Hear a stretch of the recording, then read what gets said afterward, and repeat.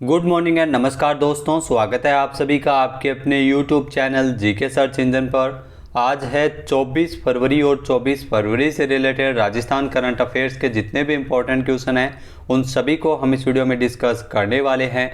तो पूरा वीडियो बहुत ध्यान से देखना और वीडियो की जो PDF फाइल है वो आप वीडियो के डिस्क्रिप्शन बॉक्स से डाउनलोड कर सकते हैं।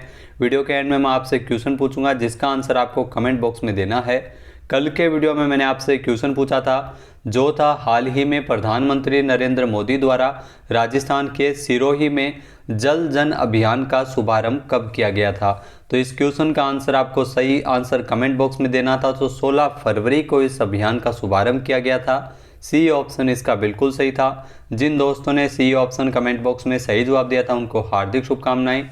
पीएम मोदी ने 16 फरवरी 2023 को राजस्थान में जल जन अभियान की शुरुआत की है। इस अभियान का वर्चुअल शुभारंभ जो आबू रोड स्थित ब्रह्म कुमारी संस्थान सिरोही में किया गया था। जल जन अभियान का उद्देश्य वाटर हार्वेस्टिंग के साथ पौधे लगाना और लोगों को प्रेरित करना है। इस अभियान के तहत 8 महीने में देश भर में 10,000 कार्यक्रम आयोजित किए जाएंगे और 5,000 जलाशय, कुआं, बावड़ी आदि के संरक्षण के लिए कार्य भी किया जाएगा।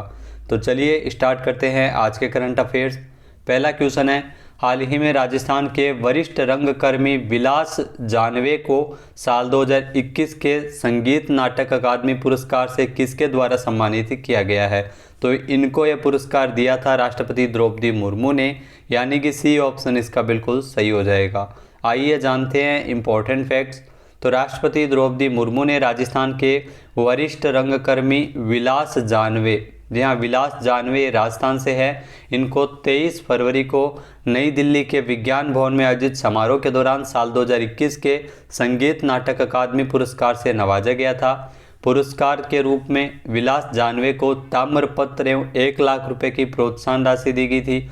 इस अवसर पर देश के 128 कलाकारों को अकादमी पुरस्कार के लिए नवाजा गया था। 68 वर्षीय विलास जानवे जो पिछले 5 दशकों से मूकाभिनय कर रहे हैं, जी हाँ मूकाभिनय कर रहे हैं, तो इस कला के लिए इनको ये पुरस्कार मिला है। ये प्रतिष्ठित मूकाभिनय में ये पुरस्कार प्राप्त करने वाले देश के 5वें ऐसे कलाकार हैं। इससे पूर्व ये पुरस्कार पश्चिम बंगाल के गुरु योगेश दत्ता, पद्मश्री निरंजन गोस्वामी और असम के मोइनुल हक और त्रिपुरा के सपन नंदी को यह पुरस्कार भी मिल चुका है। तो जानवे को संस्कृति मंत्रालय से मूकाभिनय के क्षेत्र में 2001 में सीनियर फेलोशिप भी मिल चुकी है। अगला क्वेश्चन है, हाल ही में राजस्थान में शांति और अहिंसा विभाग की वेबसाइट को किसके द्वारा लॉन्च किया गया था। तो राजस्थान में शांति और अहिंसा विभाग की वेबसाइट को लॉन्च किया गया था सीएम अशोक गहलोत के द्वारा, यानी कि सी ऑप्शन इसका बिल्कुल सही है। आइए जानते हैं इम्पोर्टेंट फैक्ट्स। तो राजस्थान के मुख्यमंत्री अशोक गहलोत ने शांति और अहिंसा विभाग की वेबसाइट को लॉन्च किया था। जी हाँ, राजस्थान में महात्मा गांधी जी के दर्शन के जो गांधी दर्शन के प्रचार प्रसार और सामाजिक सद्भावना की स्थापना के उद्देश्य से शांति और अहिंसा विभाग की वेबसाइट है वो राजस्थान में तैयार की गई है। इस वेबसाइट पर आम जन के लिए महात्मा गांधी जी की जीवन यात्रा तथा उनके संदेशों, दर्शनों, आदर्शों को सीख कर अपने जीवन में आत्मसात करने के लिए महत्वपूर्ण जानकारियाँ उपलब्ध करवाई जाएगी। वेबसाइट से विभाग द्वारा आयोजित किए जाने वाले समय समय पर कार्यक्रमों को भी जानकारी भी मिल सकेगी। तो आपको बता दें कि राजस्थान में शांति और अहिंसा विभाग स्थापित करने वाला राजस्थान देश का एकमात्र राज्य है। नेक्स्ट है, मुख्यमंत्री अशोक गहलोत ने ग्रामीण सड़कों और पुलों के निर्माण, क्रमोन्नयन एवं सुदृढ़ीकरण के लिए कितने करोड़ रुपए की वित्तीय स्वीकृति प्रदान की है।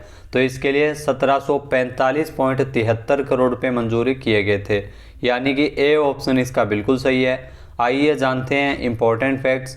तो राजस्थान के मुख्यमंत्री अशोक गहलोत ने प्रदेश में ग्रामीण सड़कों और पुल के निर्माण के क्रमोन्नयन एवं सुदृढ़ीकरण के लिए 1745.73 करोड़ रुपए की वित्तीय स्वीकृति प्रदान की है। इस निर्णय से प्रदेश के गांवों में लगभग 2369 किलोमीटर लंबाई की सड़कों और 3369 मीटर लंबाई के पुलों का सुदृढ़ीकरण किया जाएगा और क्रमोन्नयन के कुल 301 कार्य करवाए जाएंगे। सीएम अशोक गहलोत ने साल 2020-21 के बजट में प्रदेश के गांवों में सड़कों का सुदृढ़ीकरण के लिए मार्च 2025 तक, जी हाँ मार्च 2025 तक कुल 8,663 किलोमीटर की जो निर्माण की जो लंबाई की सड़कें हैं, जिसके ग्रामीण सड़कों के उन्नयन की घोषणा की थी और जिसकी क्रियान्विति में यह वित्तीय स्वीकृति प्रदान की गई है। नेक्स्ट है, हाल ही में मुख्यमंत्री युवा संबल योजना के क्रियान्वयन में राजस्थान का कौन सा जिला पहले स्थान पर पहुंच गया है? तो ये ध्यान रखना, इंपॉर्टेंट क्वेश्चन है। मुख्यमंत्री युवा संबल योजना जो राजस्थान में चलाई जा रही है और इस योजना के सफल क्रियान्वयन में राजस्थान का उदयपुर जिला है वो पहले स्थान पर पहुंच गया है, यानी कि बी ऑप्शन इसका बिल्कुल सही है। आइए जानते हैं इंपॉर्टेंट फैक्ट्स। तो मुख्यमंत्री अशोक गहलोत द्वारा प्रदेश के बेरोजगार युवाओं को राहत प्रदान करने के उद्देश्य से राजस्थान में मुख्यमंत्री युवा संबल योजना लागू की गई है। जो बेरोजगारी भत्ता योजना था उस योजना का नाम बदलते हुए मुख्यमंत्री युवा संबल योजना के नाम से राजस्थान में बेरोजगारी भत्ता दिए जाने की योजना लागू है और इस योजना के सफल क्रियान्वयन में उदयपुर है वो पहले स्थान पर पहुँच गया है। जी हाँ, उदयपुर के जो जिला कलेक्टर ताराचंद मीणा के द्वारा बताया गया था कि उदयपुर जिले में कुल 1341 बेरोजगारों द्वारा मुख्यमंत्री युवा संबल योजना के तहत पंजीयन करवाया गया था, जिसमें 100% पंजीकृत युवाओं ने इंटर्नशिप में भाग लिया था, जिसमें सभी 1341 युवा बेरोजगारी भत्ता प्राप्त कर रहे हैं। वर्तमान में जिले में इंटर्नशिप करने वाले युवाओं का आंकड़ा भी 100% है। तो जिले में राज्य सरकार के निर्देशानुसार जो योजना के अंतर्गत पात्र अभ्यर्थियों को बेरोजगारी भत्ता है वो दिया जाता है, जिसमें आपको बता दें कि समय पर बेरोजगारी भत्ते का भुगतान किया जाता है, जिसमें बेरोजगारों को 4,000 रुपये प्रतिमाह, पुरुष बेरोजगार है उनको 4,000 रुपये प्रतिमाह भुगतान किया जाता है बेरोजगारी भत्ता। महिला, ट्रांसजेंडर और विशेष योग्यजन को बेरोजगारी भत्ते के रूप में 4500 रुपये प्रतिमाह का भुगतान किया जाता है। नेक्स्ट है, हाल ही में 11 सोलर पावर प्लांट विकसित करने के लिए national highways logistics management limited और किस डिस्कॉम के मध्य एमओयू किया गया है? तो यह आपको बता दें कि एमओयू जोधपुर डिस्कॉम के मध्य हुआ था, यानी कि सी ऑप्शन इसका बिल्कुल सही है। आइए जानते हैं इंपॉर्टेंट फैक्ट्स।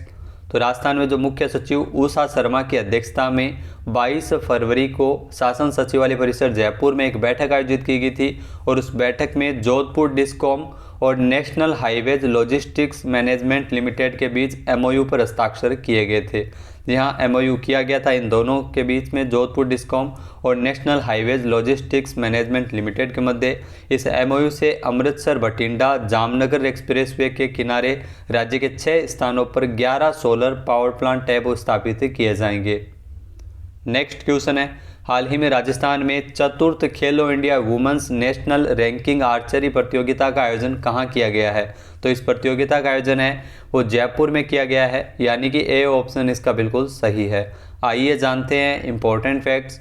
तो शिक्षा मंत्री डॉक्टर बी.डी. कल्ला और खेल राज्य मंत्री अशोक चांदना ने 21 फरवरी को महाराजा कॉलेज ग्राउंड जयपुर में चतुर्थ Khelo India women's national ranking archery प्रतियोगिता का उद्घाटन किया था। यहाँ तीरंदाजी के लिए चतुर्थ Khelo India women's national ranking archery प्रतियोगिता जो जयपुर में आयोजित की गई है। प्रतियोगिता का आयोजन 21 फरवरी से लेकर 23 फरवरी तक किया गया था। नेक्स्ट है, इंडिया स्किल्स रिपोर्ट 2023 के मुताबिक राजस्थान रोजगार की योग्यता में देश में कौन से नंबर पर है? तो इंडिया स्किल्स रिपोर्ट 2023 के अकॉर्डिंग राजस्थान है वो रोजगार की योग्यता में देश भर में 5वें स्थान पर है, यानी कि बी ऑप्शन इसका बिल्कुल सही हो जाएगा। आइए जानते हैं इंपॉर्टेंट फैक्ट्स। तो इंडिया स्किल्स रिपोर्ट 2023 के मुताबिक राजस्थान रोजगार की योग्यता में देश में 5वें पायदान पर पहुंच गया है। राजस्थानी महिलाएं रोजगार की योग्यता में ध्यान रखना देश में टॉप पर है। इंडिया स्किल्स रिपोर्ट 2023 के अनुसार राजस्थान में 22 से 25 साल आयु वर्ग वाले 56% युवाओं में नौकरी पाने की काबिलियत है, जो सभी आयु वर्गों में सबसे ज़्यादा है। राजस्थान के जो रोजगार योग्य लोगों में महिलाएं 54% सर्वाधिक है और पुरुष है वो 46% सबसे कम है। सबसे रोजगार परक राज्य है वो यूपी है और महाराष्ट्र के युवा लगातार दूसरे स्थान, अगर बात की जाए तो शीर्ष स्थान पर है यूपी और महाराष्ट्र के युवा। राजस्थान का 5वां स्थान है, जहां पर अगर बात की जाए तो 72.7% नौकरी पाने के योग्य है यूपी में, और इसके अलावा महाराष्ट्र में 69.8% के स्थान पर दूसरे स्थान पर है। नेक्स्ट है, राजस्थान के किस जिले में 2 दिवसीय राजस्थान मेगा जॉब फेयर का आयोजन 4 से लेकर 5 जनवरी 2023 तक किया गया था? तो मेगा जॉब फेयर जो उदयपुर में आयोजित हुआ था 4 से लेकर 5 जनवरी 2023 तक, यानी कि ए ऑप्शन इसका बिल्कुल सही है। आइए जानते हैं इंपॉर्टेंट फैक्ट्स। तो युवाओं को रोजगार उपलब्ध करवाने के मकसद से उदयपुर में ये 2 दिवसीय राजस्थान मेगा जॉब फेयर का आयोजन किया गया था 4 और 5 जनवरी को। जहां जयपुर और बीकानेर में सफल आयोजन के बाद उदयपुर में मेगा जॉब फेयर का आयोजन है वो 4 से लेकर 5 जनवरी तक किया गया था। इस मेगा जॉब फेयर में 15,000 नौकरियों के अवसर 70 से अधिक कंपनियों के द्वारा प्रदान किए गए थे, जिसके लिए तकरीबन 35,000 प्रार्थियों ने इसमें ऑनलाइन पंजीयन करवाया था। नेक्स्ट क्वेश्चन है, हाल ही में क्षेत्रीय भाषा में निर्णय प्रकाशित करने वाला देश का पहला उच्च न्यायालय कौन सा बन गया है? तो ये मोस्ट इंपॉर्टेंट क्वेश्चन है। क्षेत्रीय भाषा में जो अपने फैसले जो निर्णय प्रकाशित करने वाला देश का पहला उच्च न्यायालय बन गया है केरल हाई कोर्ट, यानी कि सी ऑप्शन इसका बिल्कुल सही है। आइए जानते हैं इंपॉर्टेंट फैक्ट्स। तो केरल उच्च न्यायालय ने 21 फरवरी 2023 को मलयालम लैंग्वेज में अपने 2 हालिया निर्णय प्रकाशित किए हैं। यहाँ 21 फरवरी को अंतर्राष्ट्रीय मातृभाषा दिवस के रूप में मनाया जाता है और इसी के साथ ही केरल हाईकोर्ट के द्वारा क्षेत्रीय भाषा में निर्णय प्रकाशित करने वाला केरल हाईकोर्ट है वो देश का पहला उच्च न्यायालय बन गया है। न्यायालय की वेबसाइट पर अंग्रेजी संस्करण के ठीक नीचे मलयालम में फैसले अपलोड किए गए हैं। नेक्स्ट है, हाल ही में 21 फरवरी 2023 को इंटरनेशनल मदर लैंग्वेज अवार्ड से किसे सम्मानित किया गया है? तो 21 फरवरी 2023 को इंटरनेशनल मदर लैंग्वेज अवार्ड से सम्मानित किया गया डॉक्टर महेंद्र कुमार मिश्रा को, यानी कि ए ऑप्शन इसका बिल्कुल सही हो जाएगा। आइए जानते हैं इंपॉर्टेंट फैक्ट्स। तो भारतीय शिक्षक और सामाजिक कार्यकर्ता डॉक्टर महेंद्र कुमार मिश्रा, जिनको 21 फरवरी 2023 को इंटरनेशनल मदर लैंग्वेज अवार्ड से सम्मानित किया गया है। जी हाँ, इनको इंटरनेशनल मदर लैंग्वेज अवार्ड मिला है और उन्हें यह पुरस्कार बांग्लादेश के जो प्रधानमंत्री शेख हसीना से बांग्लादेश ढाका में पुरस्कार इनको दिया गया है। इस पुरस्कार को प्राप्त करने वाले ये पहले भारतीय है डॉक्टर महेंद्र कुमार मिश्रा। यहाँ डॉक्टर महेंद्र मिश्रा ने ओडिशा की हाशिए की भाषाएँ जो भाषा और संस्कृति पर अपने शिक्षा पर 3 दशकों से अधिक इन्होंने कार्य किया है। अब बात कर लेते हैं आज के हमारे क्विज की। तो आज का हमारा क्विज है, हाल ही में 14वें राष्ट्रीय संस्कृति महोत्सव का आयोजन राजस्थान के बीकानेर में कब किया जा रहा है? एक बार फिर से सुनिएगा, 14वें राष्ट्रीय संस्कृति महोत्सव का आयोजन राजस्थान के बीकानेर में कब से किया जा रहा है? इसका सही आंसर आपको कमेंट बॉक्स में देना है और अगर ये वीडियो आपको पसंद आए तो इसे लाइक और शेयर करना बिल्कुल न भूलिएगा। चैनल पे नए हैं, सब्सक्राइब नहीं किया है तो अभी सब्सक्राइब बटन पे क्लिक करें।